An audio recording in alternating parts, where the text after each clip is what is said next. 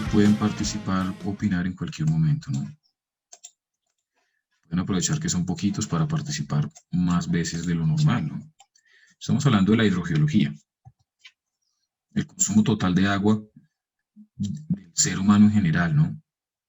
Y cómo está repartida el agua dulce, únicamente dulce, no estamos teniendo en cuenta el agua salada en los diferentes reservorios de agua dulce de nuestro planeta, y vemos que las aguas subterráneas son el segundo. Y aunque no son tan grandes como los casquetes glaciares, son mucho más grandes que lagos, ríos, humedad del suelo y vapor de agua en la atmósfera, ¿no? Entonces, es considerable y es importantísimo. Los paisajes kársticos, que podemos detallarlos un poco más, ¿no? Son el resultado de la disolución de la roca caliza debido a las aguas subterráneas, y ocurre de forma especialmente intensa en la zona del nivel freático. Buenos días, Laura. Esto lo hablamos, ¿no? Es el origen de la mayoría de cavernas que se tienen. O bueno, las cavernas más importantes normalmente se encuentran en sistemas kársticos.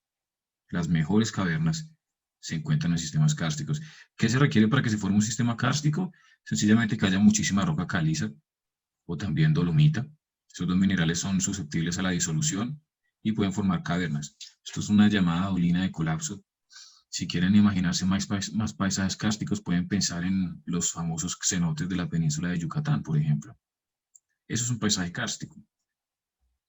Como muchos otros en el mundo, en China hay otros que podemos ver después, más como distintos, ¿no? Cada paisaje kárstico es único, pero todos tienen en común el hecho de que la caliza se disuelve en el agua debido a la acción del ácido carbónico. El ácido carbónico se forma porque el agua logra disolver dióxido de carbono de la atmósfera y se vuelve un poquitico ácido, y se vuelve más eficaz a la hora de disolver la caliza o la dolomita. Bueno, ya vemos cómo se encuentran los fluidos en las rocas, ¿no? No se encuentra a manera de un río subterráneo que circula por las profundidades de nuestro planeta, sino que más bien se encuentra en poros intersticiales. Cada roca tiene diferentes porosidades. Y esto es importante, porque determina la cantidad de fluido que una roca puede contener. Por lo menos aquí tenemos dos rocas, ¿no?, que claramente están mostrando un conglomerado. Es una roca de fragmentos redondeados. Acá tenemos un conglomerado que no tiene una matriz, únicamente clastos.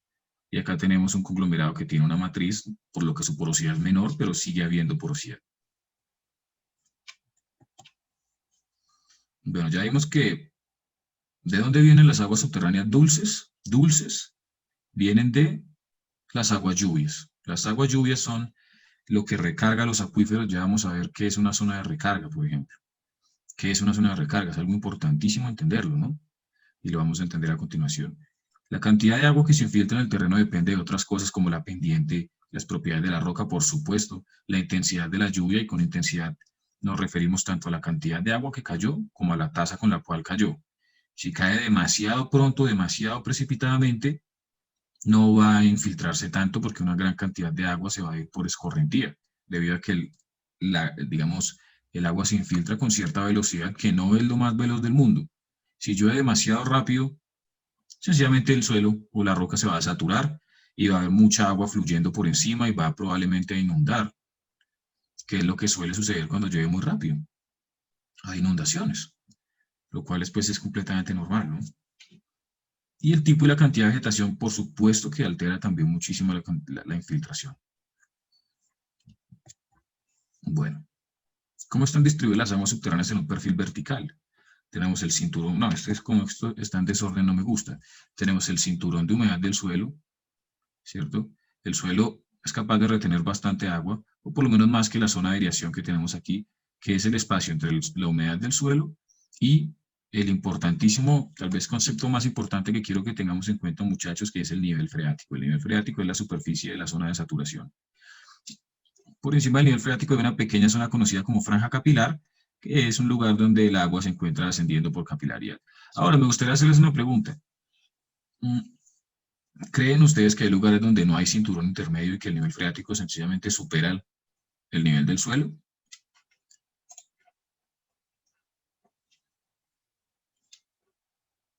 ¿Qué opinan? ¿Creen que eso puede suceder? ¿Que el nivel freático sencillamente supere el nivel del suelo y no haya una zona de aireación? Pues de hecho está sucediendo en el dibujo, ¿no? El nivel freático está superando el nivel del suelo justo aquí. ¿Y qué sucede? Pues hay un cuerpo de agua. Casi todos los cuerpos de agua importantes, o por lo menos los cuerpos de agua permanentes, son el nivel freático que ha superado el nivel del suelo, ¿listo? La laguna de Tota, el nivel freático superó el nivel del suelo.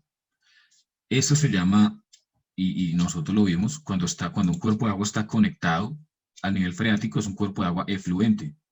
La mayoría de cuerpos de agua naturales y que son permanentes son efluentes. Hay cuerpos de agua naturales también, pero que son temporales, especialmente en zonas muy áridas donde el nivel freático está muy abajo. Eso es un cuerpo de agua influente, normalmente quebraditas que se llenan de agua solo cuando llueve y toda esa agua se pierde rápidamente.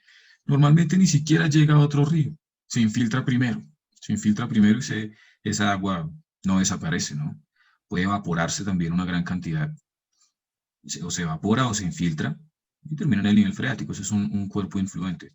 Por ejemplo, una pregunta interesante sería, el lago de biología, no sé si todos aquí conozcan el lago de biología, porque hemos estado tanto tiempo en esta situación que puede que haya alguien que no lo conozca, de biología, pero sería interesante saber si ese lago, que yo tengo entendido que es artificial, está conectado al nivel freático o no. Yo creo que no, yo creo que es un cuerpo influente, pero está impermeabilizado por abajo. Y así no pierde el agua, no se infiltra y se seca, sino que se mantiene ahí. Eso es un lago artificial y pues se puede considerar un cuerpo de agua influente. Yo creería que el nivel freático de la Universidad Nacional está por debajo del lago, pero hay que preguntar, ¿no? Hay que preguntar porque no lo sé. De hecho, hay un pozo ubicado detrás de biología donde uno puede solucionar esa pregunta. Listo, entonces tenemos cuerpos de agua fluentes, cuerpos de agua influentes. Ahora bien, el nivel freático es una superficie, puede pensarse como una superficie que conecta puntos de control donde tenemos la profundidad del nivel freático. ¿Cómo llegamos a esos puntos de control? Nuevamente la misma situación que les he repetido muchas veces, ¿no? Este tipo de imágenes no se encuentran en la vida real, nosotros no podemos ver el nivel freático como lo estamos viendo aquí, jamás lo vamos a ver así, esto es algo completamente imaginario. La única manera que podemos ver el nivel freático es con un pozo, o bueno, existen otras formas como un manantial, por ejemplo, que también es donde el nivel freático corta la superficie. Tenemos varios pozos, por ejemplo, el pozo de biología, digamos que este es el pozo de biología.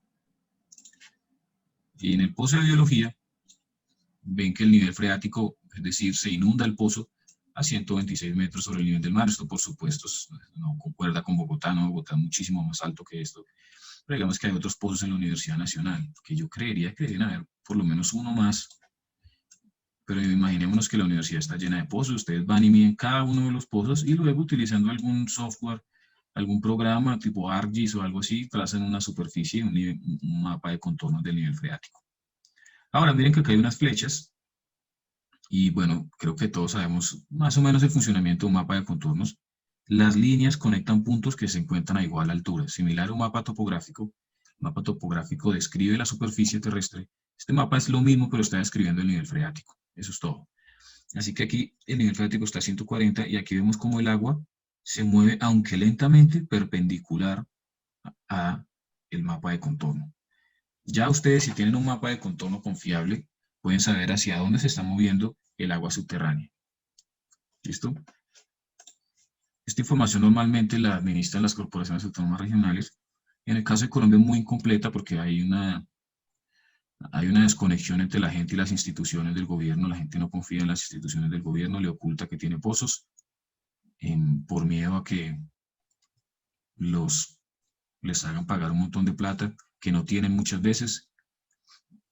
Así que en Colombia la cosa no funciona perfectamente, ¿no? Como ya sabemos, casi nada funciona perfectamente. Efluente, influente y la combinación de los dos, ¿no? Tenemos un río que gana agua del nivel freático. Y por eso es que los ríos no se secan tan pronto, ¿no? No se da cuenta que los ríos, a pesar de que no llueva durante mucho tiempo, los ríos no se van a secar entonces en 11 días porque no llovió, no. Los ríos adquieren agua del nivel freático, los ríos más importantes. Sin embargo, en una época de sequía lo suficientemente importante, disculpe, en En una época de sequía lo suficientemente importante, el nivel freático puede descender por debajo de la cuenca del río. El río se seca ahí sí completamente, hay que esperar a que llueva nuevamente para que el nivel freático inunde el río otra vez. Pueden haber ríos que, a pesar de estar conectados al nivel freático, más bien pierden agua, y esto podría ser la situación de este mismo río en una época de sequía, ¿no? Entonces miren cómo un río puede ser efluente o influente en diferentes etapas de su vida. Aquí tenemos, digamos, el río Magdalena en época de lluvias, entonces está conectado con el nivel freático. Ahora, en época de sequía puede que el río en realidad esté perdiendo, a pesar de estar conectado con el nivel freático, está perdiendo agua por infiltración. Y se puede dar ya la situación más grave de todas, bueno, en el sentido humano, que es que el río esté desconectado del nivel freático y se va a secar muy rápidamente, y sería, digamos, en el caso del río Magdalena, para que eso sucediera tendría que dejar de llover por muchísimo tiempo. No ha sucedido que yo sepa, o bueno, eso es una buena pregunta para un historiador. ¿Alguna vez se ha secado el río Magdalena? ¿Hay registros, ya sea de los indígenas o de los españoles, que registran algo así? No lo sé. Bueno, ahora ya vamos acercándonos al tema en el que quedamos, la porosidad. La porosidad es una medida del espacio vacío que se encuentra en una roca. Vacío entre comillas porque no está vacío, ¿no? O tiene aire, o tiene gas, o tiene agua, o tiene petróleo. Esas cuatro, ya. Pues es que sí, no, ¿qué más puede tener? No, eso es todo. O aire, o gas, o agua, o petróleo. No imagino absolutamente nada más. Otros fluidos son muy raros en general en rocas. Ahora podemos ver que la porosidad es una proporción bastante sencilla, ¿no? Es el volumen de espacio vacío sobre el volumen total. Vacío, pues, si está lleno de petróleo, pues no está, se considera vacío en esta fórmula, pero no está vacío realmente, no está lleno de petróleo, o está lleno de agua, por ejemplo. Pero se considera vacío en esta fórmula. Miremos las diferentes porosidades de diferentes materiales. El suelo es muy poroso con un 55%, la arcilla con un 50%, la arena con un 25%, grava, caliza, arenisca semiconsolidada. Miren cómo la arena, que es un sedimento, es mucho más poroso que su versión roca. Por supuesto, ¿no? Para que un sedimento pase a ser roca se tiene que compactar, se tiene que consolidar y pierde volumen en consecuencia a esa compactación. Y de hecho, entre más antigua sea la arenita, menos porosa va a ser. Si tenemos una arenita cámbrica, la comparamos con una arenita cretácica, por ejemplo, la arenita cámbrica es mucho menos porosa porque se ha compactado más y más, ha pasado mucho más tiempo, cada vez más compacta está. Llegamos hasta una de las rocas menos porosas de todas, que es el granito. El granito es una roca ígnea, félsica, intrusiva, muy cristalino, muy compacto, no tiene casi porosidad. Mientras que un basalto, que es una roca extrusiva, ígnea, máfica, tiene más porosidad. Pero bueno, la porosidad de hecho en este campo pasa a ser solo uno de los aspectos que influencia digamos, las propiedades hidráulicas de una roca, porque existe otro concepto que es la porosidad eficaz. ¿Qué es la porosidad eficaz? Aquí lo explicamos. Entonces, no todo el agua que se encuentra en las porosidades es extraíble. Digamos que ustedes quieran hacer un pozo. Ustedes quieren hacer un pozo porque tienen una finca y necesitan cultivar arroz, por ejemplo. Quieren cultivar arroz. Están buscando agua, entonces tienen que pensar en esto. No toda el agua que se encuentra en las porosidades se puede extraer mediante un pozo o una bomba. Hay una porción de esa agua que va a quedar adherida a las partículas minerales o sencillamente no va a fluir. A esta agua se le denomina, a este volumen de agua o de fluido se le denomina retención específica. Agua que sí está ahí, pero una bomba no es capaz de sacarla de ahí. No puede movilizarse, se queda en posición. Mientras que el agua que sí se puede movilizar, que sí se puede extraer con una motobomba, se denomina el rendimiento eficaz, que al fin y al cabo, en términos utilitaristas, creo que se puede decir, es el más importante de los conceptos. Desde el punto de vista de un agricultor, quiere extraer agua, está buscando una formación que tenga la mayor cantidad de agua, extraíble, no la mayor cantidad de agua, porque si no la puede extraer, pues para él es como si no hubiera agua, punto. Entonces tenemos aquí ya situaciones muy interesantes. Y voy a mencionar dos que quiero que anoten, que quiero que piensen mucho, porque son dos rocas sedimentarias muy comunes y que participan muchísimo en sistemas hídricos, que son las arcillas Las arcillas tienen una porosidad muy elevada, pero una porosidad eficaz muy baja, por lo que la retención específica es muy alta. Es decir, les hago la pregunta, si ustedes fueran un agricultor, un productor de arroz, ¿le apuntarían a buscar agua en una arcilla? ¿Sí o no? ¿Cuál sería la respuesta a eso?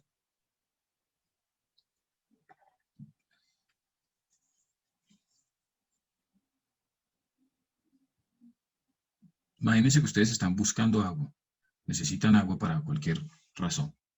¿Le apuntarían a una arcilla con su alta porosidad de 50%, pero su porosidad eficaz de 2 y retención específica de 48? Aquí hay unas opiniones. Leo y Laura no lo harían. Leo y Laura no lo harían. ¿Pero qué piensan los demás? ¿Ustedes le apuntarían a una arcilla?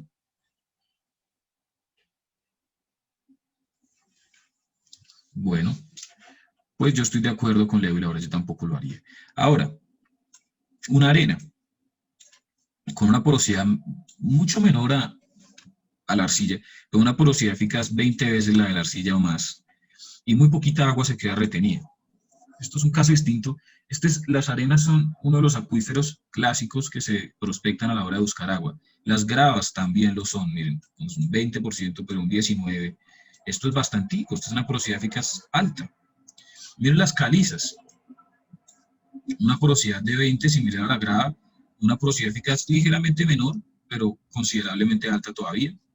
Y las areniscas consolidadas, bueno, ya cada vez menos, pero ya no es lo mismo, ¿no? Que estas tres iniciales. Pero entonces yo quiero que les quede grabado el hecho de que las arcillas pueden ser muy porosas y contener mucha agua, tienen mucha agua, pero esa agua no se puede mover de ahí, se queda ahí, y las arcillas no permiten el paso del agua. Ya vamos a ver eso, que eso ya es la permeabilidad. Pero entonces aquí ya tenemos los conceptos de acuífero y acuícludo, sello, todo eso, los vamos a explicar a continuación. Ahora, ¿ustedes perforarían en un granito para buscar agua?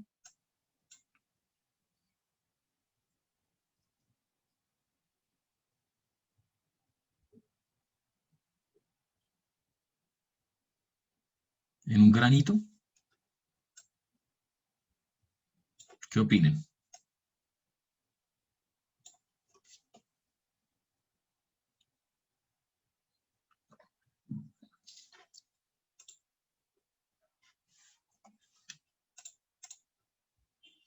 En un granito no se puede buscar nada, dice Juan.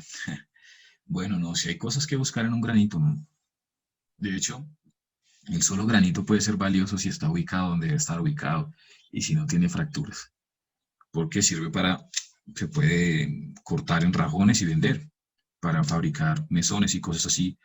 Pero acá hay algo que no hemos hablado, ¿no? ¿Qué tal si el granito está extremadamente fracturado? Ah, bueno, es otra cosa, ¿no? Pero aquí estamos hablando de un granito íntegro, completamente sólido. No, nada, nada, no, petróleo, gas, agua, nada, no hay nada. Es demasiado sólido. En términos de fluidos, no, no, no. O los granitos pueden tener muchos otros materiales valiosos, estar asociados a oro, por ejemplo, estar asociados a metales base. O el solo granito puede tener una apariencia bonita que la gente que está de moda, entonces se vende. O puede no servir para nada también, por supuesto. Es simplemente una roca más. Pero en términos de agua, no, no. Como dijo Juan, pues no tiene una porosidad suficiente. Ahora hablemos de la permeabilidad como un concepto separado de la porosidad. No es completamente separado, por supuesto que no. Si un material tiene cero de porosidad, pues tiene cero de permeabilidad. Pero miren que son muy distintos los dos. Lo voy a repetir porque lo habíamos hablado la vez pasada. Un material con un Darcy, que es la medida de permeabilidad, permite el paso de 1 cm³ por segundo de un fluido con una viscosidad de 1 centipoise bajo un gradiente de presión de 1 atmósfera por centímetro a través de un área de 1 cm². Entonces tenemos un área de 1 cm², ¿cierto? Tenemos un cubito de material y así se mide, ¿no? Así se mide. Y hacemos mediante un gradiente de presión fluir un fluido que tenga cierta viscosidad y miramos cuánto atraviesa ese cubito.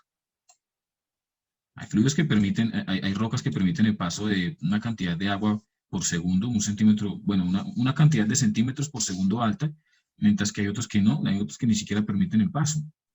Entonces aquí uno diría, probablemente es porque es muy poco poroso, pero no, No existe una relación directa entre la porosidad y la permeabilidad de un material. Un material puede ser muy poroso y no ser nada permeable, porque no hay conexiones porales o gargantas porales, como les dice Stephen. Si no las hay, el fluido no puede fluir, así de sencillo. Ahí está, pero no puede fluir.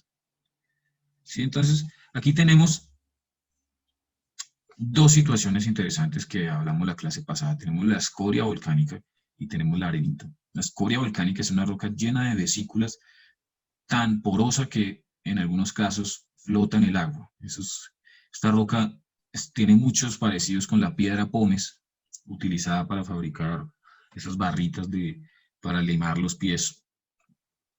Tiene todos esos poros, pero si ustedes intentan hacer pasar agua por una piedra pómez, probablemente no lo van a lograr. Es completamente impermeable a pesar de ser muy porosa. Mientras que la arenita es porosa, pero más importante que eso, todos los poros se encuentran conectados, o la gran mayoría de los poros se encuentran conectados, por lo que su permeabilidad es muy alta. Ustedes tiran una gota de agua aquí y va a ser absorbida inmediatamente, se desaparece, se irradia a través de la arenita, la gotica de agua. Mientras que aquí se puede quedar aquí emposada en ese poro y ya, se queda emposada ahí y no, y ahí se queda. Entonces, diferente es la porosidad de la permeabilidad, ¿no? Es distinto. Y esto tiene mucho que ver con el fracturamiento hidráulico, porque la falta de permeabilidad en formaciones petroleras es lo que ha justificado el fracturamiento hidráulico conocido como fracking. Eso es reducir ese problema para, digamos, desde el punto de vista de producir petróleo y gas, es la justificación del fracking. Por eso se hace fracking.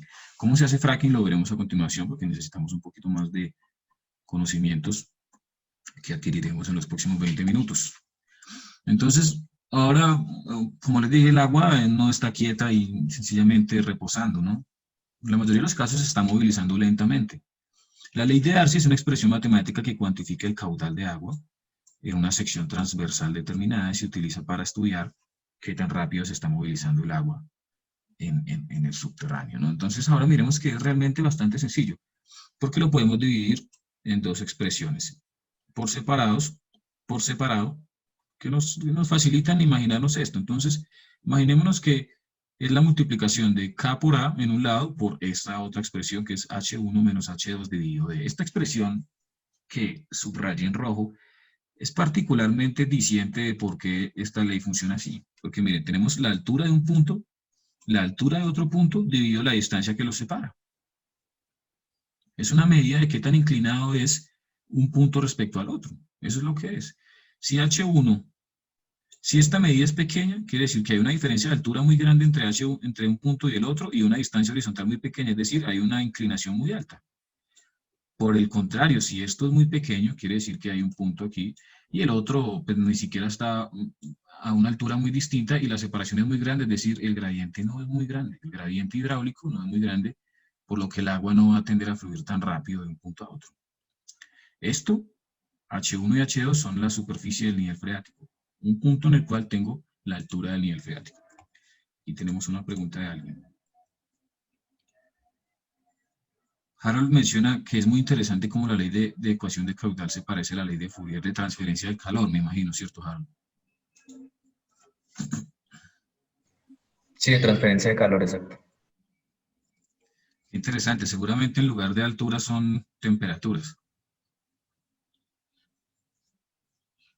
Muy seguramente, ¿no? Hay muchos paralelos en las matemáticas son algo muy bello y pueden ser, si uno las sabe utilizar bien, pueden servir para muchas cosas. Ahora bien, ese es el gradiente hidráulico, ¿cierto? La inclinación que existe entre un punto y el otro. Eso obviamente está siendo multiplicado. ¿Por qué? Porque entre más inclinado, más rápido. Y recordemos que Q es un caudal. Ahora, ¿cuáles son los otros coeficientes? Ya son propiedades de la roca más bien, y el área transversal que estamos midiendo. Q es el coeficiente que representa la conductividad hidráulica. Uy, perdón, eso me quedó muy chueco.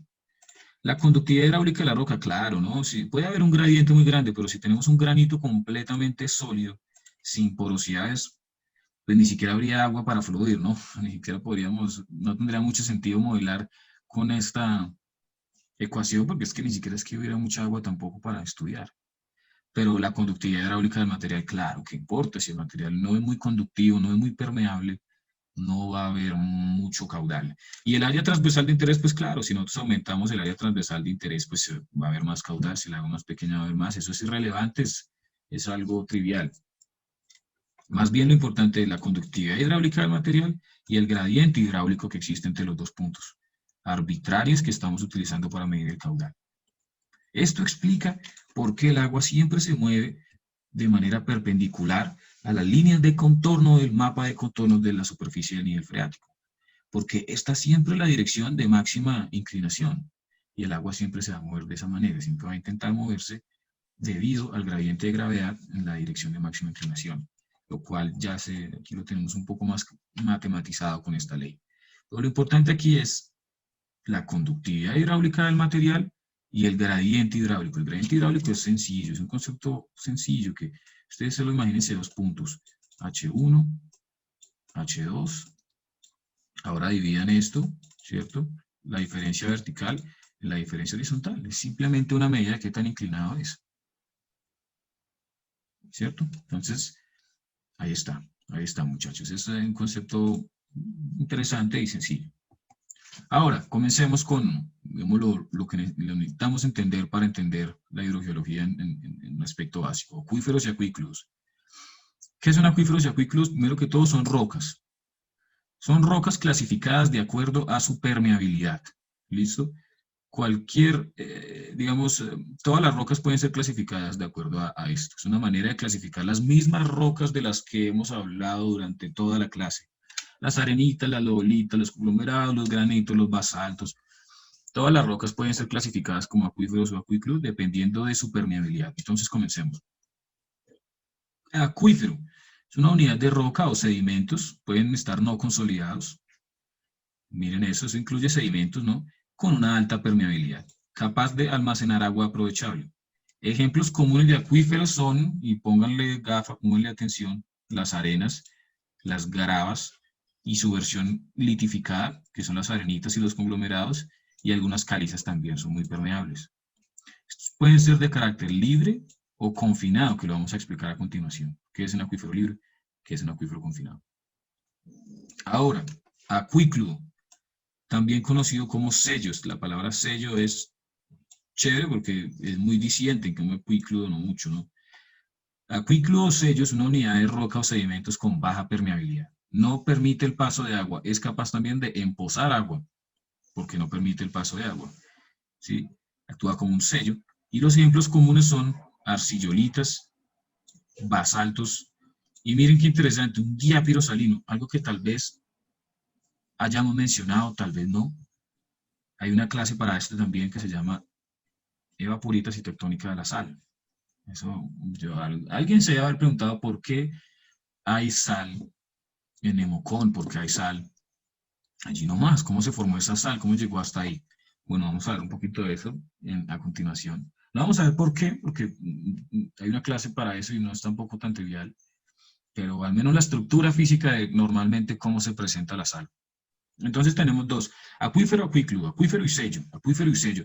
Y ahora vamos a empezar a jugar con todas las combinaciones interesantes que pueden haber entre los dos para formar diferentes tipos de acuíferos con diferentes estructuras y también trampas petroleras. Primer caso interesante, un manantial o fuente. ¿Cierto? Algunos de nosotros hemos tenido la oportunidad de ver cómo el agua aparece mágicamente de la roca. Uno se pregunta, ¿cómo es posible que el agua aparezca mágicamente de la roca? Bueno, no es tan mágico realmente cuando uno ya conoce un poco de esto. ¿Qué está sucediendo? Entonces tenemos un acuícludo, miren, tenemos aquí, digamos que una arcillolita con poca continuidad lateral, y miren que aquí estamos mostrándoles que las rocas sedimentarias no se prolongan hasta el infinito, que es algo que obviamente todos lo sabemos, pero muchas veces como que no nos imaginamos los casos en los cuales el estrato se pincha, como aquí, miren, hay una lodolita, sencillamente se acabó. Hay unos con una continuidad lateral impresionante, hay otros con una continuidad lateral más pequeña, eso de hecho está relacionado con el origen de esa roca en particular. Las rocas de ambientes oceánicos profundos pueden ser increíblemente continuas, mientras que las rocas formadas en valles aluviales pueden ser no muy continuas. Pero entonces, ¿qué tenemos aquí? Un sello. El agua permea aquí, se encuentra con el sello y luego se moviliza hacia acá y termina emanando por la cuesta de la montaña donde está aflorando esa roca, ¿sí ven? Ahora, hay muchas configuraciones estructurales que pueden llevar a la formación de un manantial. Una de las más comunes es cuando un acuículo detiene el descenso de las aguas y las obliga a moverse lateralmente hasta que interceptan la superficie del terreno. Miren. Y aquí tenemos una muestra de que el concepto de nivel freático no es tan sencillo. Miren, nivel freático colgado, nivel freático principal. Esta es la primera vez que tenemos un terreno con litología no homogénea, porque en todos los casos anteriores, miren aquí, ¿cuántos tipos de roca hay aquí? Una, no vemos ninguna litología. A ver, ¿en qué otro dibujo? Aquí, un solo tipo de roca. Aquí, un solo tipo de roca. Aquí, un solo tipo de roca.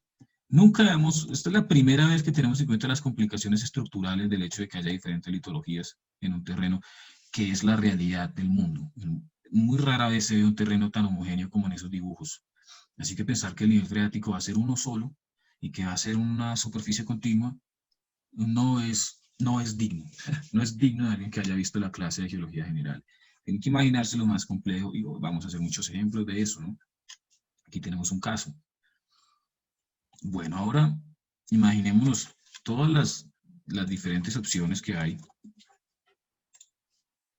en el tablero.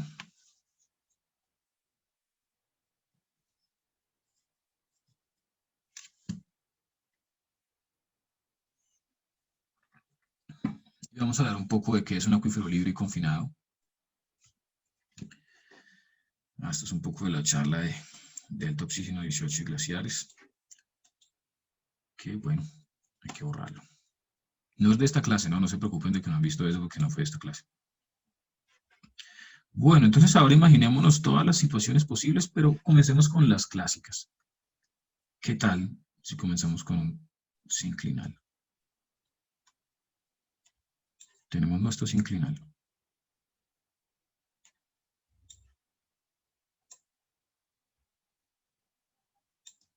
¿Cierto? Entonces ahora pongámosle litologías a ese sinclinal. Vamos a ponerle la clásica dualidad acuífero-acuíclado, que no es la única, pero es muy útil porque es que no falla. Entonces tenemos aquí lo siguiente. Tenemos aquí arenita. Ahora alguien que me responda, no mentiras, esperen, completamos el dibujo y les empiezo a preguntar. Los ejercicios son muy interesantes y muy importantes porque nos muestran la gran diversidad de escenarios estructurales que pueden haber y cómo el agua puede atraparse de diferentes maneras. ¿Cierto? Aquí tenemos una lobolita. Una capa de lobolita potente y capaz de sellar. Y digamos que tenemos otra arenita.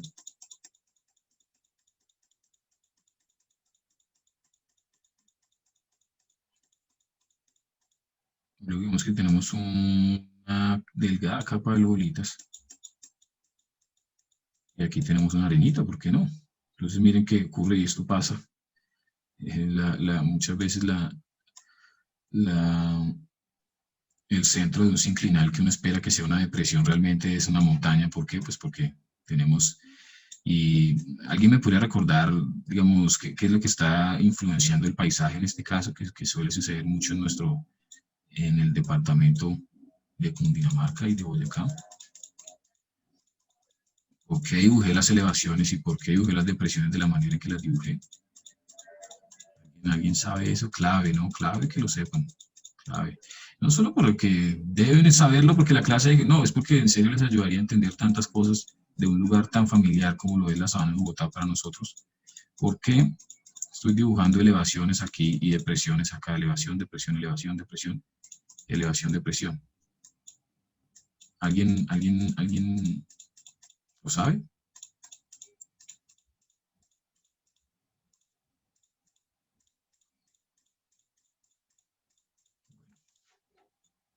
Tenemos nuestro sinclinal, ¿no? Tenemos diferentes litologías. Entonces, ¿qué va a pasar? ¿Dónde creen ustedes? Tenemos aquí, bueno, y luego vamos a completar los lados.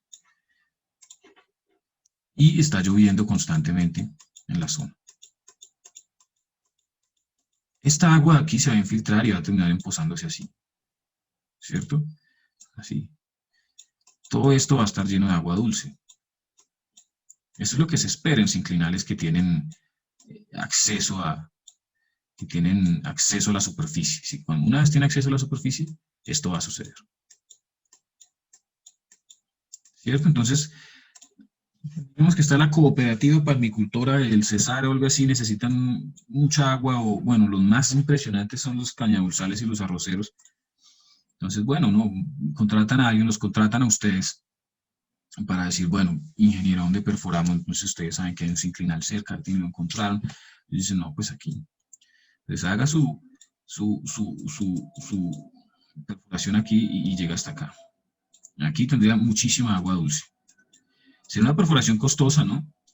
Pero probablemente podrían, esto si quieren acceder a demasiada agua, pero miren, acá tenemos otro caso, miren, acá también se pudo haber emposado agua,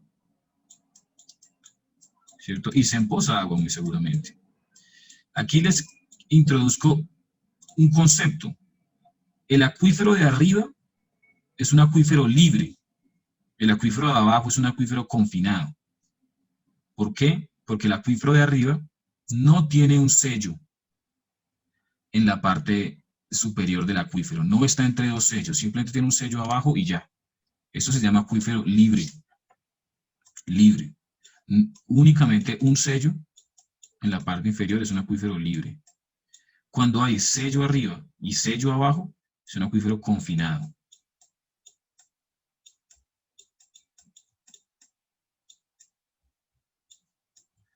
Ahora, otro concepto importante, esta zona en la cual el agua lluvia está infiltrando el acuífero confinado se llama zona de recarga. ¿Por qué zona de recarga? Porque aquí es donde, aquí en este sector, es donde se está recargando nuestro acuífero.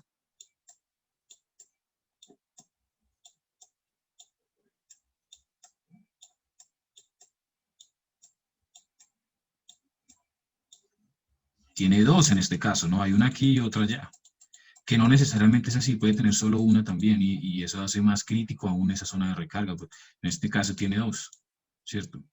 Acuífero libre, acuífero confinado.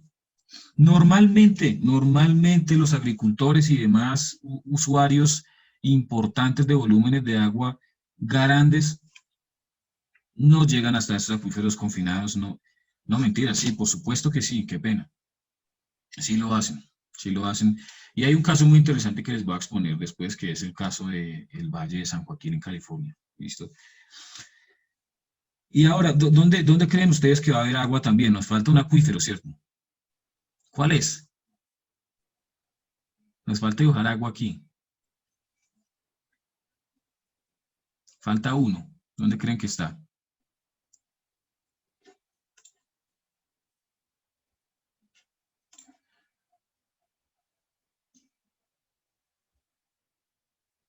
Ah, bien, alguien dibujó. No, claro, ahí se va a posar agua también. Es inevitable. Hay zonas de recarga y hay permeabilidad suficiente.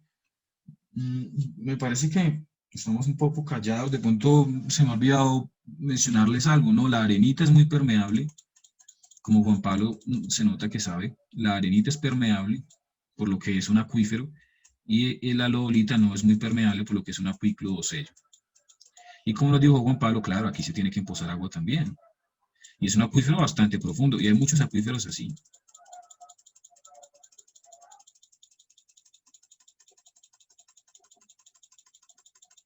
Entonces, ¿esto qué es?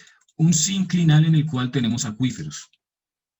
Dos acuíferos confinados y un acuífero libre. Hay otros escenarios un poquito más pequeños. Si nos acercamos aquí probablemente hay un vallecito, ¿cierto? Y donde hay un vallecito, ¿qué hay? Hay una cuenca fluvial. Un pequeño río, no, un río que está llenando de sedimentos esto aquí. Aquí tenemos un pequeño acuífero en sedimentos que la gente más pequeñita, digamos, aquí tenemos don Julio, el que tiene unos cuantos cultivos de algo, y él tiene su pocito, que trabaja este acuífero. Él no necesita mucha agua tampoco. Esto estaría conectado, ¿no? No, esto no sería así. Entonces aquí está la cuenca del río por acá, ¿cierto? El nivel del acuífero, obviamente conectado con el río.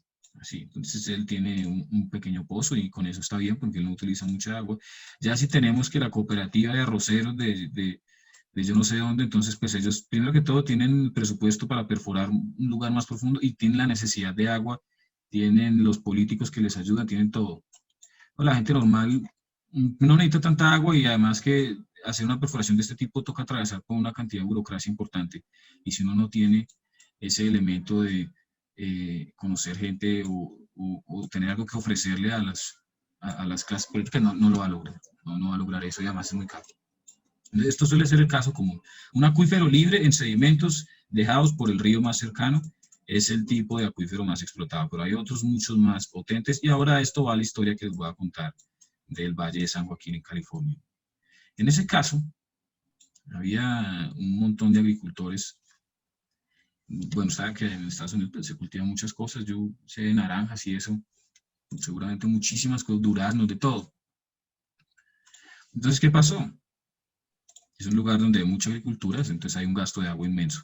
Había un acuífero grande allá, hay todavía, seriamente afectado por esto, pero ahí está. Entonces, ¿qué pasó? Bueno, agricultura, ¿no? Tenemos varias fincas de esas gigantes que no se comparan a las fincas normales, ¿no? Son instituciones realmente grandes y cultivos muy extensos, cada una con su pozo para acceder a un acuífero confinado, que no me acuerdo cómo se llama, y todos explotando.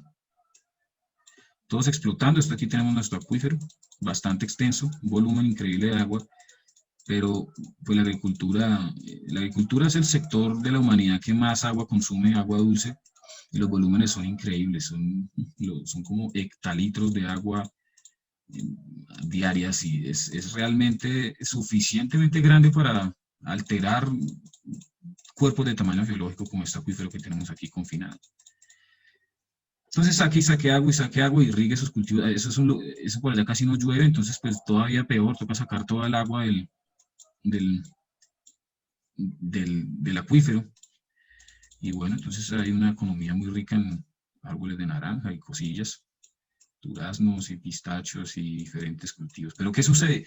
¿Qué creen ustedes? Y llamo a su participación, a su opinión.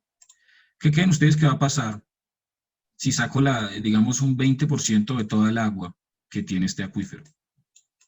Si saco un 30% de toda el agua que tiene el acuífero, si saco un 40% del agua, si saco casi todo, ¿qué creen que va a quedar? Va a quedar vacío, ¿no? ¿Y qué va a pasar entonces? ¿Creen ustedes que puede suceder algo malo? Se cae. Alguien dijo algo, pero no escuché bien. Profe, que se comenzaba a caer la tierra porque el agua, pues al no estar, hace que la tierra se comprima, en este caso la arenita. Exactamente. Eso es exactamente lo que va a pasar.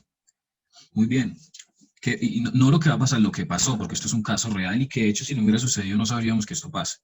Entonces, ¿qué pasó? El acuífero, como nos acaban de mencionar, quedó vacío y hubo subsidencia. Esencialmente ese espacio vacío, el agua en cierta manera mantenía la formación en el volumen que tenía. La formación perdió volumen, el acuífero perdió volumen de manera permanente. No hay nada que hacer. No me imagino cómo se puede arreglar algo así. No se puede arreglar. ¿Y qué pasó? Hubo subsidencia. Todo el nivel del valle bajó. Especialmente entre más en el centro del valle, más bajó, con algunos sectores donde, entonces voy a dejar el nivel original aquí en verde, y terminó todo con las mismas casas y todo mucho más abajo, como así, con algunos sectores donde no tanto, dependiendo de la geometría del acuífero, así, todas las casas aquí. De hecho, casi que ni se dan cuenta, porque pues se ocurrió tan lentamente que, pero hay imágenes y me gustaría que algunos de ustedes los busquen, que allá están los postes de la luz y está dibujado con pintura extra al nivel original del valle y está así bastante arriba, bastante arriba.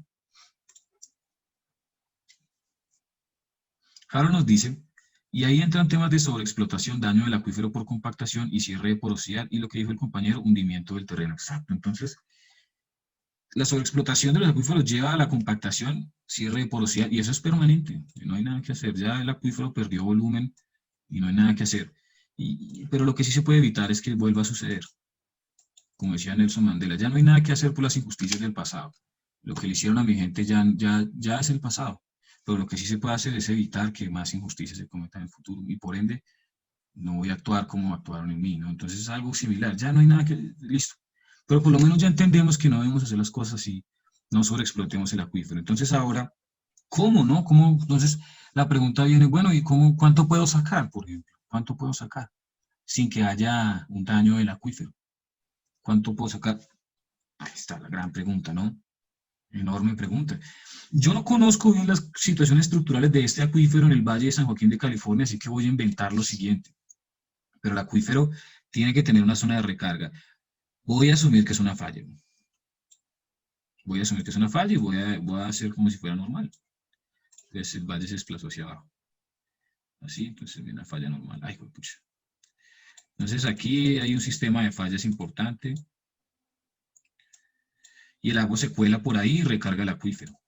Entonces, digamos que hay otro por acá, ¿por qué no, no? Cortemos el acuífero por aquí con otra falla normal, dibujemos un desplazamiento para que se pueda decir, primero que todo, que es una falla y que es normal, y un sistema de fracturas importante que recarga el acuífero. Digamos que hay otra aquí, pero no le va a dar desplazamiento. Bueno, entonces, ¿dónde es nuestra zona de recarga? Ya lo dije, esta es la zona de recarga, donde la falla entra a cortar la superficie.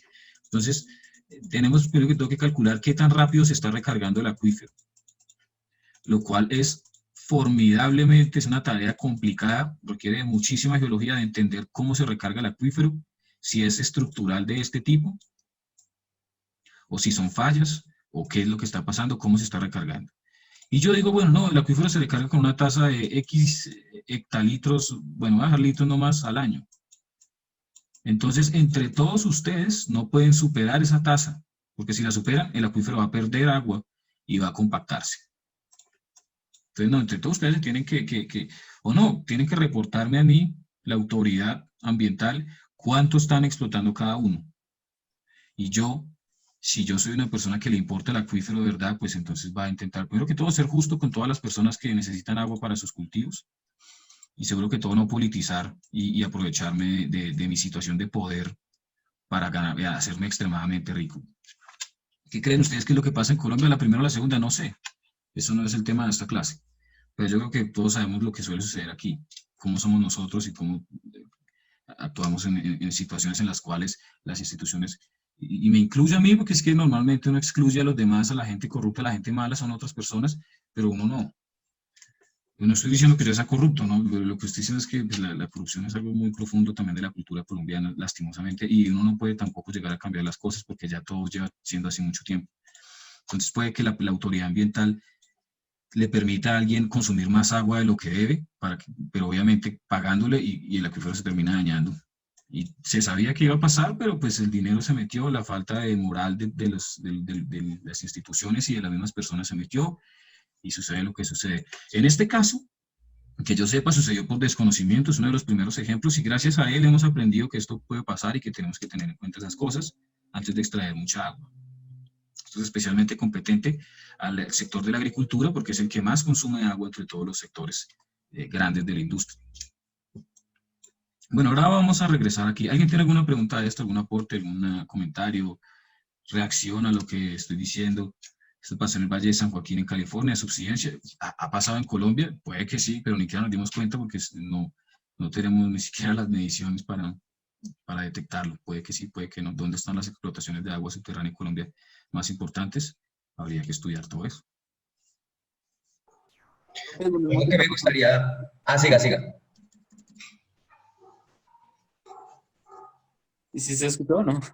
Sí, sí se escucha. Profe, que si eso es lo mismo que está pasando en Ciudad de México.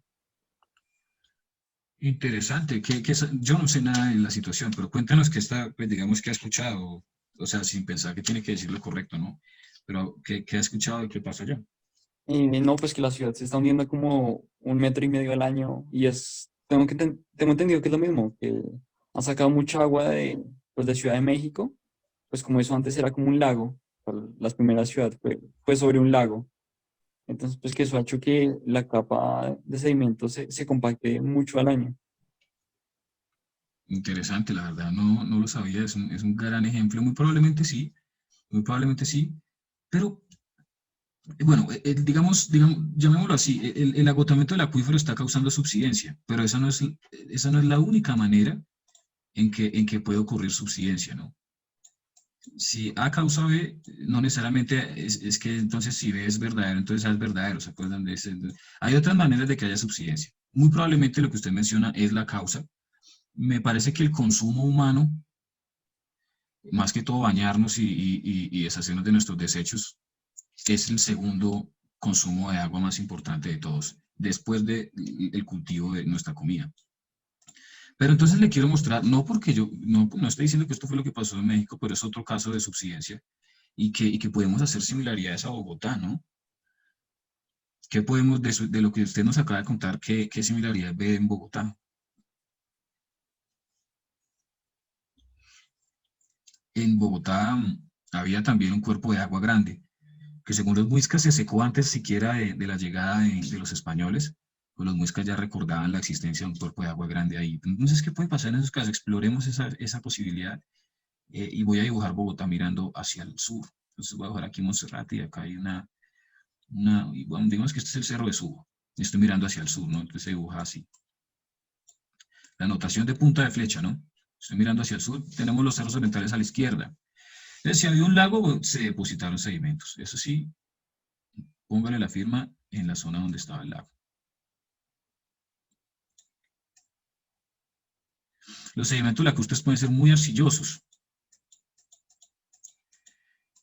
El solo proceso de compactación natural de los sedimentos hace que pierdan volumen. El solo proceso de compactación. Puede ser que sin la acción humana de extraer agua, el nivel del suelo baje por la compactación, porque están recién puestecitos, ¿sí? Como un lago ahí hace, que no sé, 1000 años se secó, según más o menos lo que los muiscas dicen, habría ya que consultar eso. Tengo entendido que se secó antes de la llegada de los españoles. En el caso de México, no. En el caso de México todavía estaba el lago de Tenochtitlán ahí, ¿no? Y de hecho la capital del Imperio Azteca estaba en todo el centro, protegida por el lago. Pero los españoles fueron tan ingeniosos que construyeron un barco dentro del lago y se tomaron la ciudad. Pero en Bogotá pasa algo similar, entonces, y eso se ve exacerbado por el peso de los edificios, entonces puede haber lugares donde el edificio acelere esa compactación. En este caso la compactación es por la compactación de los sedimentos, en este caso, perdón, repito, tenemos dos casos de subsidencia. En los dos casos hay subsidencia. ¿La subsidencia qué es? Que el nivel del suelo baje, pero tenemos dos razones distintas. Ya habría que consultar un poco más la situación de Ciudad de México. Puede ser una, puede ser la otra, puede ser la suma de los dos. Pero dado que México tenía un lago ahí, un lago antes, sospecho que puede tener mucho que ver con esto, sin excluir la otra, porque no sé, ¿no? No sé. Pueden ser las dos. Puede ser que tras de que los sedimentos que dejó el lago recientemente se están litificando y perdiendo volumen, fuera de todo, están sacando agua de un acuífero por acá que está perdiendo volumen. Y eso puede llevar a situaciones interesantes como que haya más compactación de un lado que del otro, dependiendo de la geometría del acuífero, dependiendo del peso del edificio, de la manera en que fue construido. En Bogotá ha pasado. No sé si alguno de ustedes conoce. Hay muchos edificios que están desde muy chuecos hasta no tanto, especialmente en el sector de la 80 de Polo. Hay unos edificios muy, muy chuecos, pero también porque no supieron, yo creo que no supieron construir bien. Ya los ingenieros conocen cuando están conscientes de esto, construyen de una manera particular que evita esta situación. Pero muy bueno ese caso, sería muy bueno investigarlo, tal vez me ponga a leer al respecto, que en Ciudad de México haya subsidencia, puede ser esta la otra, o otra causa, ¿no? Otra causa de subsidencia. Muchas gracias. Entonces, bueno, ¿algún otro aporte de esto, de lo que hemos visto aquí? Sí, yo no sé si lo mencionó antes.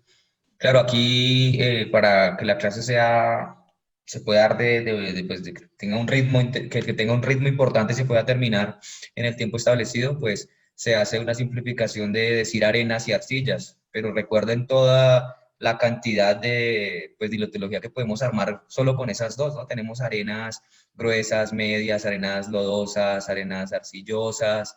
Entonces, pues no necesariamente que sea una arena quiere decir que puede ser un buen reservorio. Después de eso, pues también tenían que recordar la clase de diagénesis, de cementos, de, bueno, una cantidad de cosas que son características de ese cuerpo que tienen que tenerse en cuenta en el momento de definir si una arenita puede llegar a ser un reservorio o no, porque como dice Daniel ahí, uno no está mirando en el subsuelo, uno asume en primer momento que se está dando una concentración de agua, pero pues eso va a depender de las características de la roca y pues también, por ejemplo, del nivel de lluvias, en fin, como se esté recargando ese acuífero, pero no necesariamente ustedes ven una arena y ya dicen, uy, esto es el acuífero. No necesariamente es así. Tienen que tener en cuenta todo lo que hemos visto anteriormente. Y así es, esto es un muy buen comentario. Yo sí lo mencioné anteriormente, estoy simplificando mucho para poder dictar la clase rápido, pero claro, que sea una arena no, ya entonces garantiza que sea permeable. Solo que las arenas sí tienden a ser más permeables que las lobolitas, pero no solo eso. Lo estoy haciendo como por rapidez, porque podría poner cálices, podría poner también otras litologías. El dibujo es más difícil de hacer y todo eso, entonces vamos a, esto es mucho más complejo que esto. De hecho, pues a la hora de medir la permeabilidad de una roca no es nada sencillo, un montón de factores. Pues entonces vamos a seguir aquí y voy a dibujar otro caso. Digamos que este sinclinal está acoplado por aquí con su estructura hermana, el anticlinal.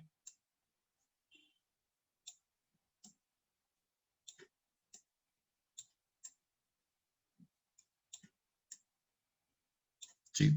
Acá tenemos una roca porosa y permeable, que en este caso es una arenita. Más importante que una arenita, como dice Harold, es que sea porosa y permeable.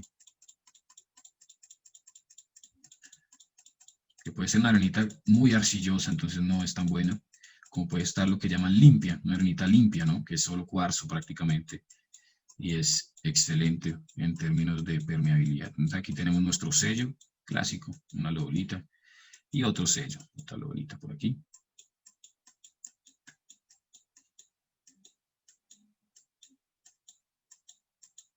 Ahora, ¿qué creen que va a suceder aquí?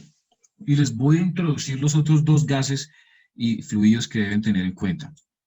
Tres opciones hay y las vamos a organizar aquí porque aquí ya participan otras cosas. Número 1, agua.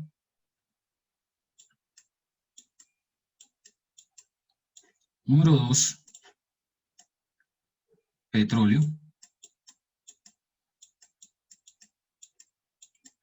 Y número 3, gas natural. Entonces ahora, ¿cómo va a pasar? Todo depende de la densidad. ¿Quién sabe cuál de estas sustancias es la más densa de todas las tres? La más liviana, pues eso sí es muy obvio, ¿no? Más bien, entre esas dos, ¿cuál es la más densa?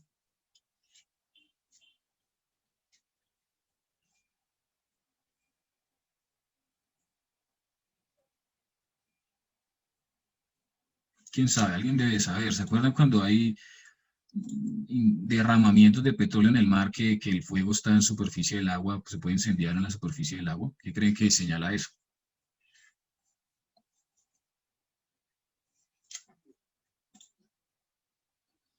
Exactamente. Juan nos dice el agua es más densa, y lo es. Entonces aquí, entre estos tres fluidos, ¿cuál va a estar abajo? Entonces, agua. Agua. El agua, además de ser más abundante, es más densa, así que va a estar así.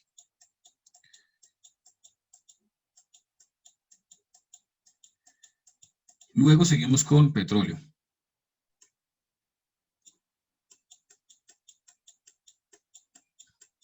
Y finalmente, en la parte más alta de nuestra trampa, está el gas. Puede no haber gas, por ejemplo, eso puede suceder también. Entonces aquí, bueno, tenemos la organización y entonces, ¿qué va a pasar? El petróleo, el agua, las mejores trampas de agua van a estar donde, pues como ella es la más densa normalmente, donde en la parte baja, donde se atrapa en la parte baja.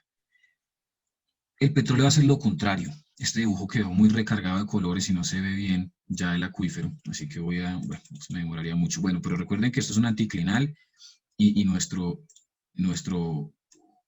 unidad permeable está en la mitad. Entonces, el petróleo va a hacer exactamente lo contrario, se va a atrapar en la parte alta de las estructuras, de las trampas, como en este caso tenemos nuestro anticlinal. Esta trampa era la clásica trampa de los primeros petroleros de la historia, porque era primero fácil de encontrar, no era muy compleja.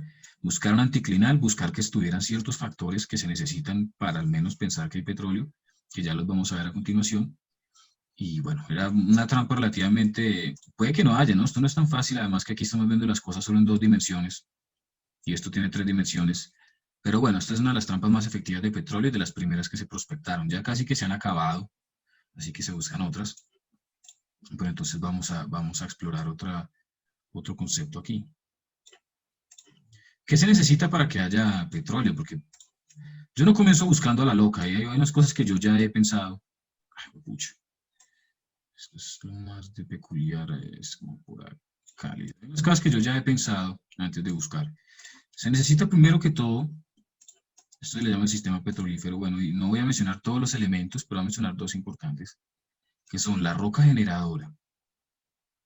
¿En qué roca se genera el petróleo? No le voy a dejar la litología porque quiero ver si alguien ya lo sabe. ¿En qué roca se genera el petróleo? ¿Dónde aparece el petróleo? ¿Dónde se acumulan todos esos elementos de materia orgánica necesarios para producir el petróleo? Una famosa roca de color negro, sedimentaria, muy rica en materia orgánica y que se parte en lajas, como llaman, conocida como cascajo en algunos lugares.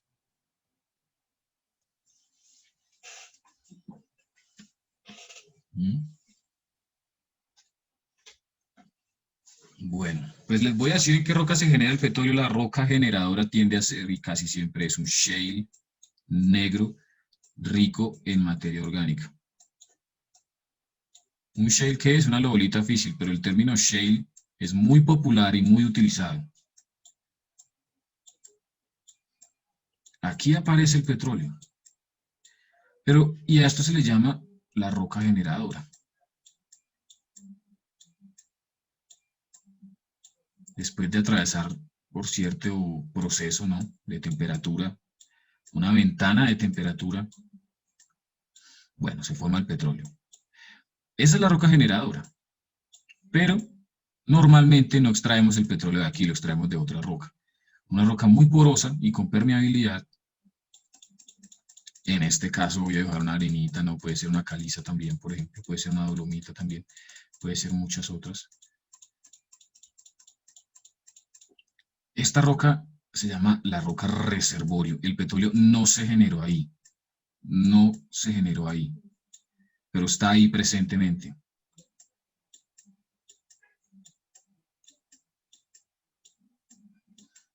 Ahora, de forma lógica, tiene que haber una manera en la cual el petróleo se movilizó de aquí a aquí, ¿no? El canal de movilización de petróleo es otra cosa que puede ser muchas maneras, a través de fallas, a través de sencillamente directamente del contacto de una formación a otra. Es otra cosa, ¿no? Pero hay una conexión entre las dos. Por ahora nos vamos a quedar con roca reservorio y roca generadora, pero obviamente hay una conexión entre las dos que es de importancia absoluta a la hora de prospectar petróleos.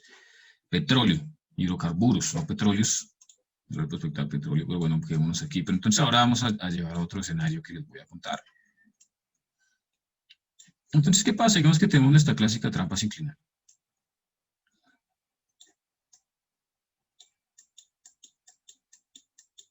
Con nuestro shale negro abajo, una roca porosa aquí, y digamos que está confinado por otro shale por cuestiones de dictar la clase velozmente. Entonces tenemos que una trampa petrolera, ¿no? Nuestra trampa. ¿O no saben qué? No, ¿por qué nos quedamos con la misma trampa? Pensemos en otra. Y miren esta que les voy a dibujar, interesante esta otra. Digamos que tenemos una secuencia así, no tan plegada, pero sí inclinada. Así, esto aflora, por supuesto. Por acá aflora. Por acá tiene. Esta es nuestra secuencia sedimentaria aquí. Ahora digamos que esta es nuestra formación objetivo, es porosa. Tenemos nuestro sello acá abajo. Y nuestro sello arriba. Está empezando a dibujar torpemente. Pero aquí ocurrió algo muy interesante que fue lo siguiente. Hay aquí atravesada una estructura extremadamente impermeable y sumamente interesante, llamada diapirosalino. ¿Qué es un diapirosalino? Prácticamente una intrusión de sal, ascendiendo debido a que es mucho más liviana que lo demás, absolutamente lleno. Se me olvidó cuál es el símbolo de la sal, para serle sincero. Voy a dejar una S. Sal, sal, sal, sal, sal, sal. Un diápido salino. Impermeable absolutamente, uno de los materiales más impermeables de todos. Ahora, alguien podría organizarme, alguien participativo, podría organizarme. Bueno, ya les dije cuáles son las permeables, impermeables y cuál es la permeable. ¿Dónde estaría el petróleo aquí? ¿Dónde estaría el petróleo aquí? ¿Dónde se habría entrampado el petróleo en esta otra trampa que les he mostrado?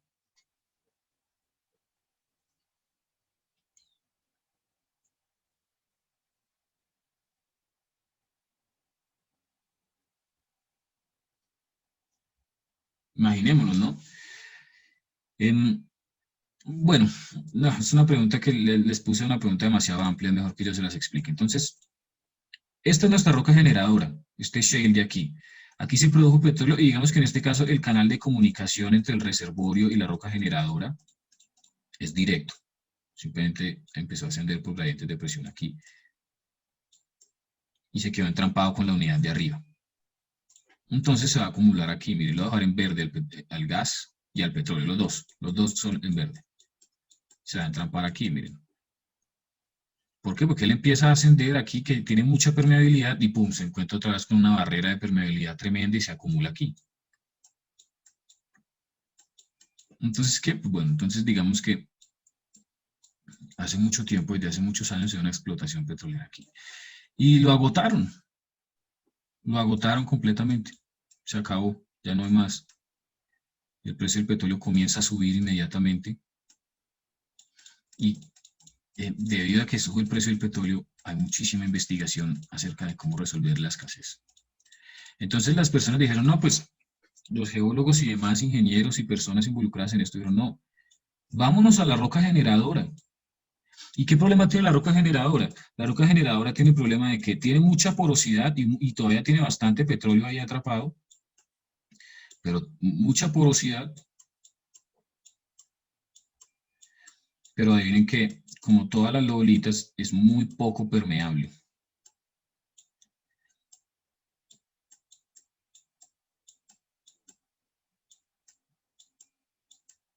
Muy poca permeabilidad. La roca generadora. La roca reservorio, lo que se había acumulado ahí se acabó. Esto ya no hay más. Ahora solo nos queda esto. Entonces dijeron, bueno, para mitigar el efecto de la falta de permeabilidad, vamos a generar la permeabilidad nosotros. ¿Cómo? Vamos a inyectar un fluido a presión y vamos a fracturar la formación. Entonces se inyecta un fluido a presión y se fractura la formación. Y a través de esos conductos el petróleo comienza a fluir.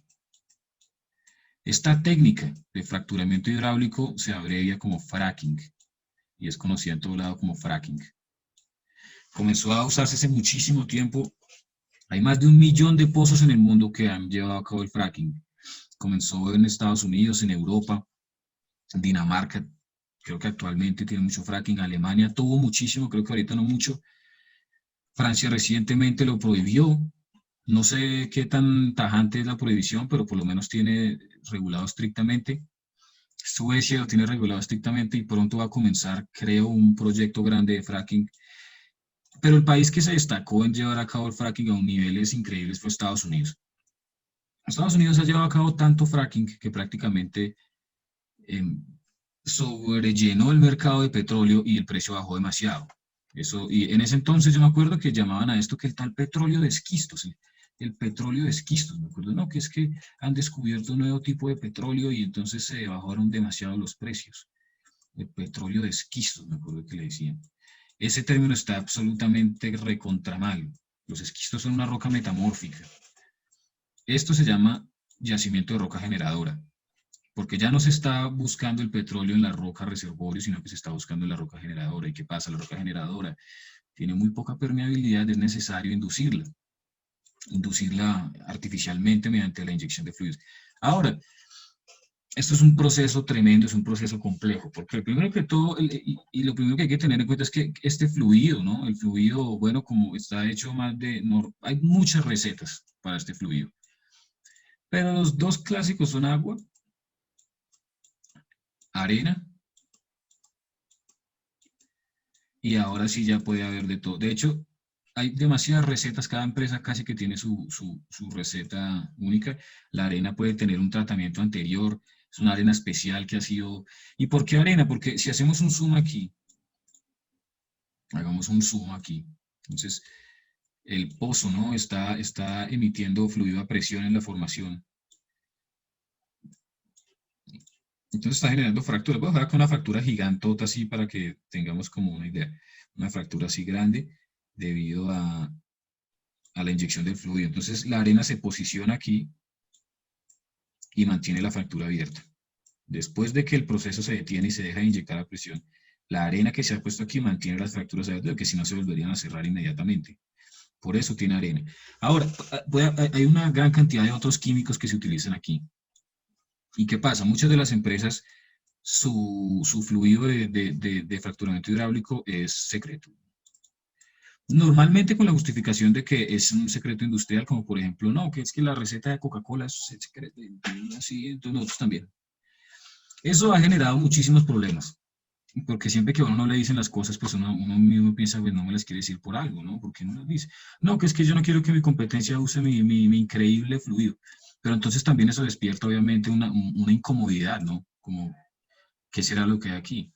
Otros, por ejemplo, se utilizan muchísimas sustancias. Hay una planta que se cultiva prácticamente, que creo que se llama guar, el frijol del guar.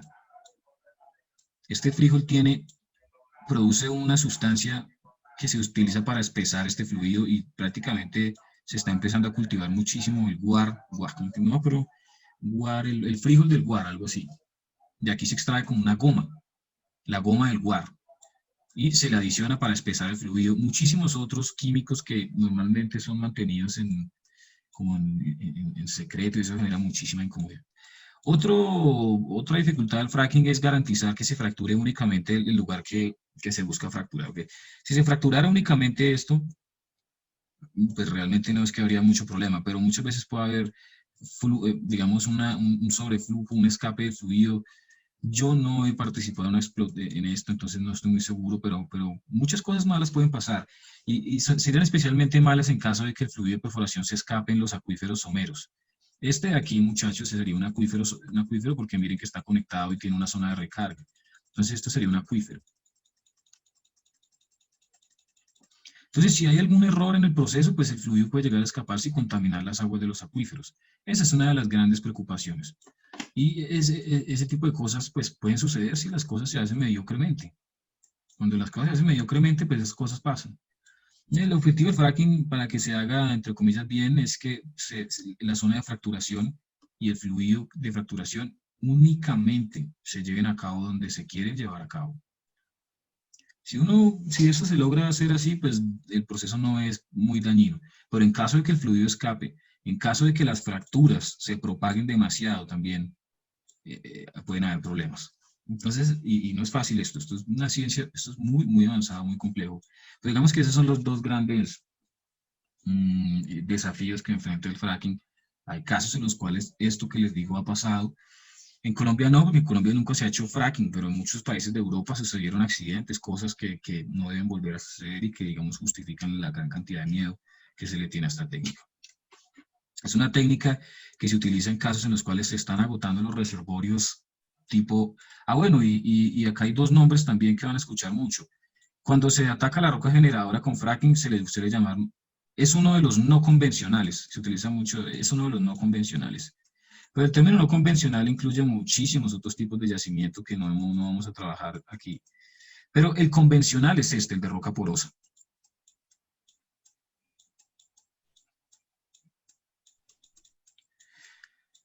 El fracking no solo se utiliza en la roca generadora, ¿no? También se utiliza en algunos casos en roca reservorio, que es lo llaman tight, como en inglés apretado. Una arenita, y como decía Harold, una arenita si está suficientemente compactada, puede llegar a ser poco permeable y puede estar, por ejemplo, llena de gas, pero no es permeable. Entonces, ¿qué se hace? Fracturamiento hidráulico.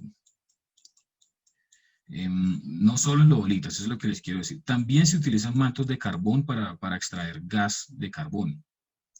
Algunos mantos de carbón ya se encuentran fracturados naturalmente, otros no. Entonces, ¿qué se hace? Se fractura artificialmente y los mantos de carbón tienen gas. Muchos son muy gaseosos, tienen mucho gas natural, normalmente muy liviano en cuanto a los... Liviano me refiero a las cadenas de carbono, son corticas, más que todo metano. Es una característica del gas del carbón. Entonces, este es el fracking, es una técnica que utiliza en muchos contextos, no solo en este. Se le suele llamar no convencional. Entonces, qué pena, Daniel. Sí, adelante. Entonces, sí, es muy importante cuando se da estos tipos de debates, pues digamos que pues obviamente esta clase no puede tratar temas a ese nivel de complejidad, pero si algo debe quedar aquí es que esto no es tan fácil como que se generan fracturas y entonces las fracturas son incontrolables y se generan de una manera desordenada y no, también hay una ciencia detrás. Si uno quiere, bueno, dar una buena imagen en cualquier discusión de este tipo, pues primero tener claro eso de los no convencionales, y es que no necesariamente esto de roca generadora es el único no convencional que hay. Como decía Daniel, tenemos las Type Sands, tenemos unas vainas que se llaman Tar Sands, tenemos los mantos de carbón, tenemos, en fin, son muchos no convencionales, no solo este. Por otro lado, bueno, se puede saber a la dirección en la que se va a generar la fractura, una dirección aproximada, aunque claro, hay trabajos, pocos trabajos donde también pues se puede notar que la dirección en algunos casos puede ser, la generación de la fractura puede ir bastante, pues, bastante alejada, digo yo, unos 60 grados de la dirección que yo esperaría. Normalmente la fractura se abre perpendicular al esfuerzo mínimo, o sea, sigma 3.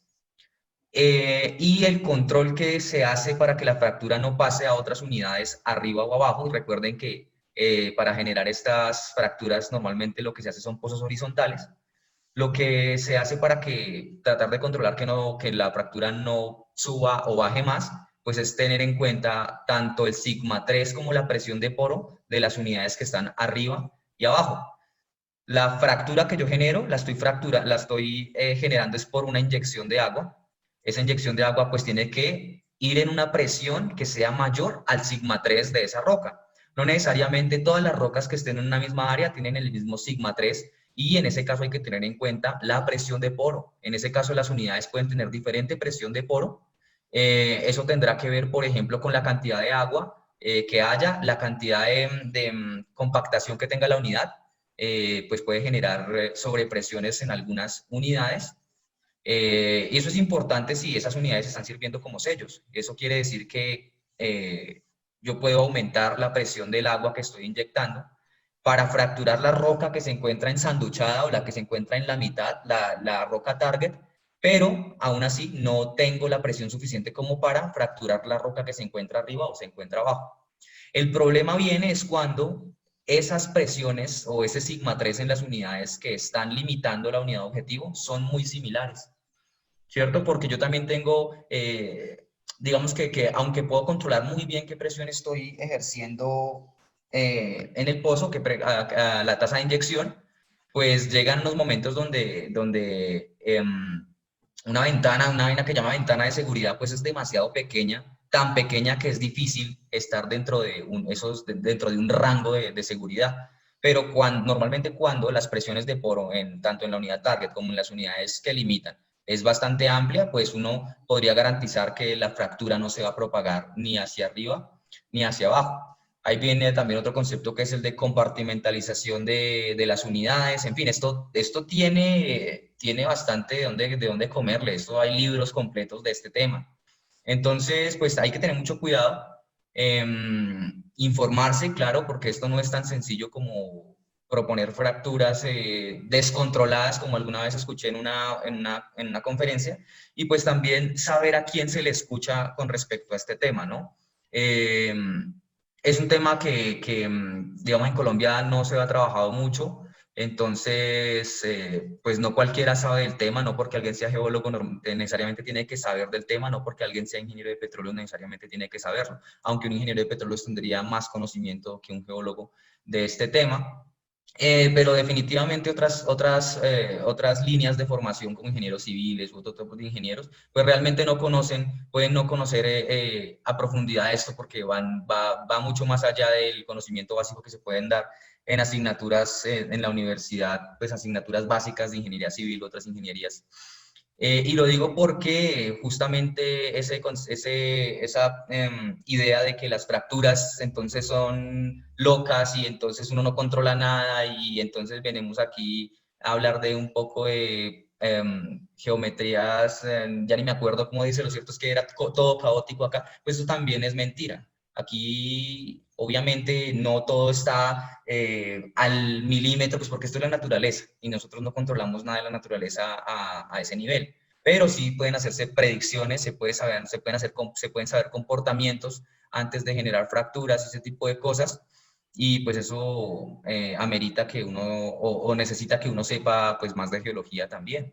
De ambientes tectónicos, de compresiones, de presiones de poro, de presión de líquido, de eso que le digo de compartimentalización, de fracturas, por ejemplo, que decían, no, esto lo inyectan y entonces hay una fractura y la abren. Muy seguramente es más probable que el líquido abra una fractura nueva a que pueda abrir una fractura antigua ya generada si no se encuentran las condiciones apropiadas para que la pueda abrir. ¿Sí? Entonces esto, a veces se habla de esto con una ligereza y que porque yo entonces soy psicólogo, entonces puedo hablar de esto. No, para hablar de esto hay que informarse un poco y yo sí les recomiendo que, que tengan en cuenta con quién están hablando. Tiene que ser una persona que conozca el tema, que haya por lo menos hecho algunos cursos especializados del tema y no que se base solo, pues digamos, en lo que se lee en internet, que definitivamente de este tema hay muchas cosas que están mal o incluso pues cosas escritas por personas que no conocen bien del tema o pues bastante pues, cosas periodísticas pues que obviamente no son las fuentes más adecuadas.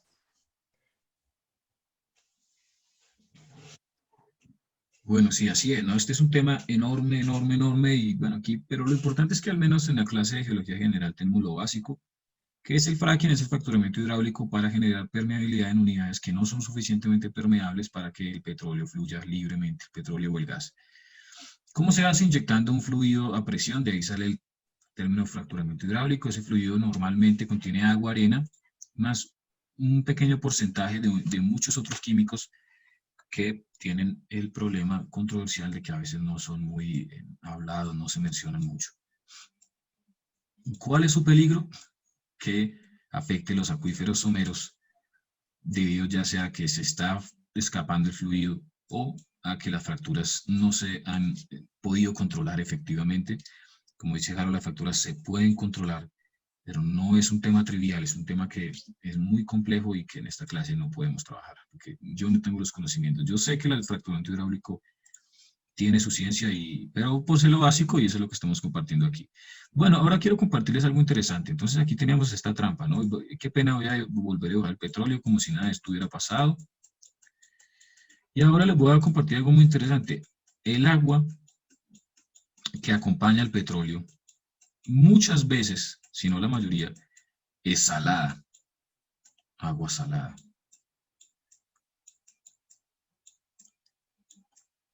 Es agua salada. De hecho, cuando los pozos empiezan a acabar, empiezan cada vez a sacar más agua y menos petróleo, más agua y menos petróleo, hasta que ya solo sacan agua y es agua salada. Y lo que normalmente hacen es que llevan esa agua, de hecho la purifican en algunas ocasiones, de hecho la mayoría la purifican, la desalifican y se la entregan, bueno, más que todo a los principales usuarios de agua, que son los agricultores. Pero es muy interesante que esa agua sea salada, eso es lo que quería compartirles, y de hecho les voy a dejar la pregunta abierta, a ver si a alguien se le ocurre una idea de por qué es salada. No es una respuesta fácil, pero me parece muy interesante el hecho de que se encuentre agua salada normalmente asociada con petróleo, y bastante salada. Y a veces sí él puede tener metales pesados y reactivos también. ¿Por qué no? Porque hay tantas sustancias interesantes ahí. Voy a dejar eso ahí abierto y voy a continuar con la clase. Entonces, bueno, ¿Algún comentario, pregunta acerca del fracking? Este es un tema que me parece que todos deberíamos saber porque es un tema que se está debatiendo en nuestro país. Deberíamos saber por qué se hace, cómo más o menos se hace. Entonces, pues cualquier pregunta, muchachos, voy a dejarlos que me pregunten. Cualquier cosa, comentario.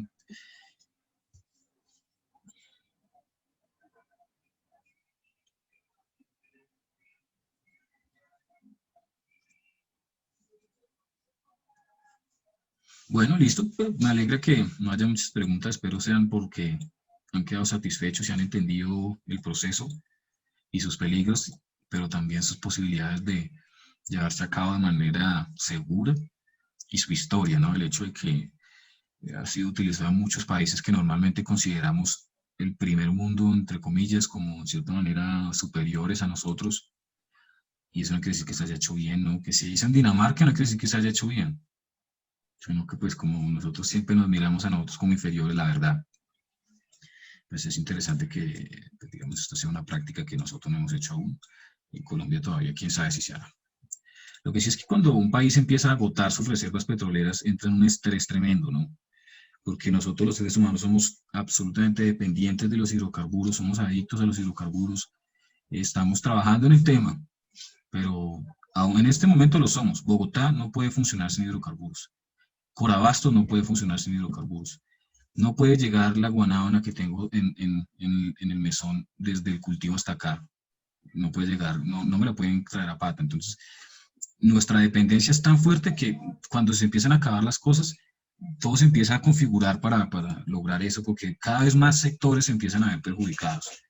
¿Sí? Entonces, cuando entonces el sector de los camioneros, el sector de los agricultores y toda esa gente se empieza a ver perjudicada, ahí la opinión cambia, ¿no? Ya cuando más gente empieza entonces a verse afectada. Entonces, así se mueve la política normalmente, ¿no? Entre más afectados por algo, pues más se mueven las cosas a favor de cierta cosa que acabe con esta escasez. Bueno, vamos a seguir. Bueno, interesante, ¿no? Ya hemos hablado de paisajes kársticos. ¿Qué pasa en un paisaje kárstico? Aquí tenemos el dibujo, ¿no? Tenemos un lugar rico en caliza, muy, muy rico en caliza, y vemos que las corrientes de agua, yo no sé si a ustedes esto les tapa, a mí sí. Entonces, por ejemplo, tenemos estas corrientes de agua, y las solas corrientes de agua se empiezan a encañonar porque disuelven la caliza. Miren este cañón tan profundo, clásico de paisajes kársticos. El nivel freático es el lugar donde el agua sube y baja en épocas de lluvia y sequía, ahí también hay una disolución muy alta. Y muchas veces colapsa, miren, una cavidad interior que se ha formado en diferentes movimientos del nivel freático, colapsa, pum, y se forma una dolina de colapso, una llamada dolina. Miren, esto es una dolina, esta que vimos acá inicialmente, esto es una dolina de colapso, miren, y aquí está el nivel freático, mírenlo aquí, bastante bajo de hecho, bastante bajo. Ese es el nivel freático de la zona, y esto probablemente está conectado con muchas otras dolinas.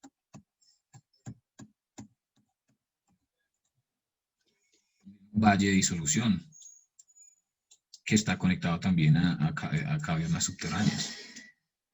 Y a veces ocurre lo que llaman un sumidero de corriente, que es que una corriente de agua, un río, se hunde dentro de una dolina y cae al nivel freático. Eso suele suceder también, lo que llaman un sumidero de corriente.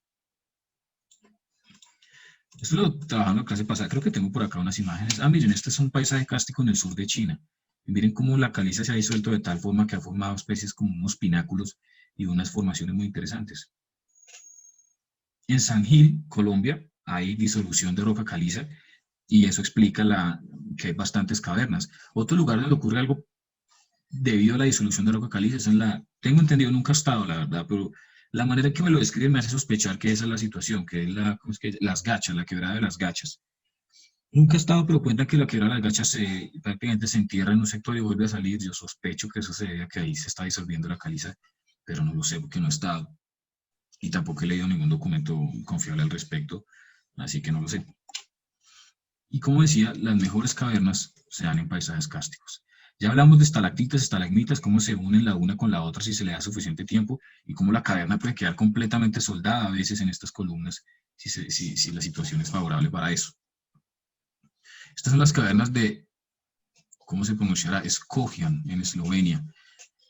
Y como les digo, si ustedes buscan cavernas, están interesados en encontrar restos humanos antiguos, y quieren encontrar nuevas cavernas, pues comiencen abriendo un mapa geológico del país, que vamos a hacerlo en clases más allá, y buscando dónde hay hartas rocas calcáreas, porque probablemente hay muchas cavernas que pueden o no haber sido habitadas por seres humanos en el pasado.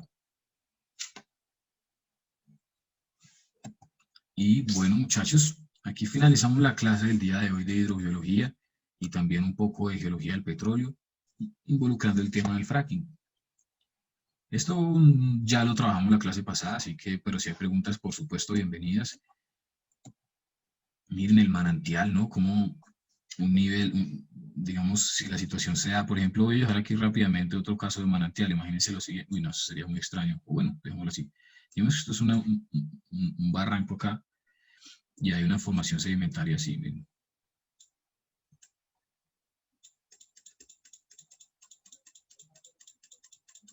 Y acá tenemos un sello, y acá tenemos otro sello, o sea, un acuífero confinado, entonces imagínense que llueve por aquí, y el agua baja debido al gradiente así, y fluye acá. Pues yo sospecho que faltan, sí, faltaban las diapositivas, yo sí decía que raro, fue que se trabó el botón. Entonces, miren, finalmente hablemos de un tipo muy interesante de pozo, que son los pozos artesianos. Son pozos bautizados en honor a un sector de Francia que se llama como Artesia o algo así, donde los pozos se perforan y empieza a salir agua sola y toca tapar el pozo para que deje de salir. ¿Por qué sucede esto? ¿Cómo es que el agua puede sencillamente manar sola, a veces en caudales increíbles? ¿Cómo pasa? Se tiene que dar dos situaciones. Número uno, el agua debe estar confinado en un acuífero inclinado, de modo que tiene una zona de recarga. Aquí tenemos un acuífero inclinado hacia un lado, inclinado hacia el otro, es el clásico acuífero sinclinal, confinado, y además debe ser confinado, miren. Entonces, ¿qué es lo que sucede? Primero de todo, se cumplen las dos. Hay inclinación, no es un acuífero horizontal, que puede pasar también, y es confinado. Entonces, miren dónde está el nivel, y a esto se le suele llamar nivel piezométrico del acuífero. Y digamos que ustedes construyeron su pozo por debajo del nivel piezométrico del acuífero. El agua va a brotar sola, ¿sí? Debido a que el nivel piezométrico está más arriba. El agua siempre va a buscar, digamos, la presión de esto va a obligar el agua a ascender hasta acá, que es el nivel de quietud, que es el mismo nivel piezométrico del acuífero. Aquí tenemos un manantial, miren, una parte donde un acuífero confinado intercepta la superficie del terreno, forma un manantial. Acá tenemos otro pozo que también es artesiano, pero no llega hasta superficie. De hecho, la definición de un pozo artesiano es que el agua suba con respecto al acuífero, pero no necesariamente tiene que salir a la superficie. Pero obviamente los más icónicos de todos los pozos artesianos son los que incluso el nivel de la superficie está por debajo del nivel piezométrico del pozo.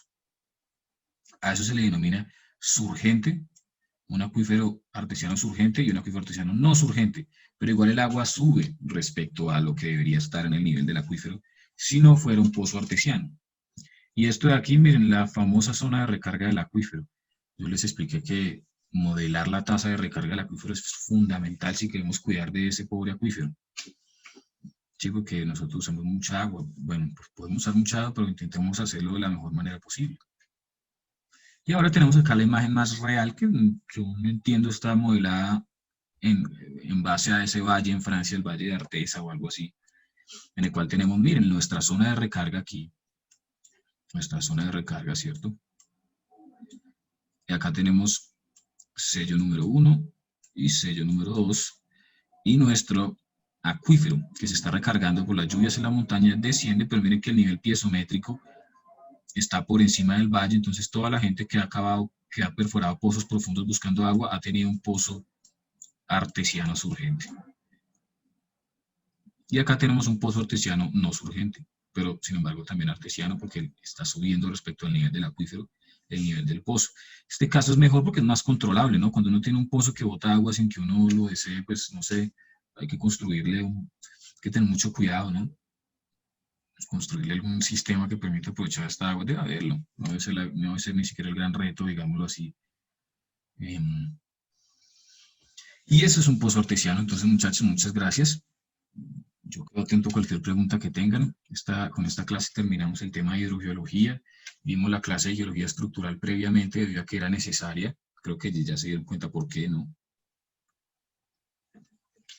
Y bueno, muchachos, cualquier pregunta o comentario que tengan, lo recibimos. y si no, pues podemos ir en paz a seguir nuestro día.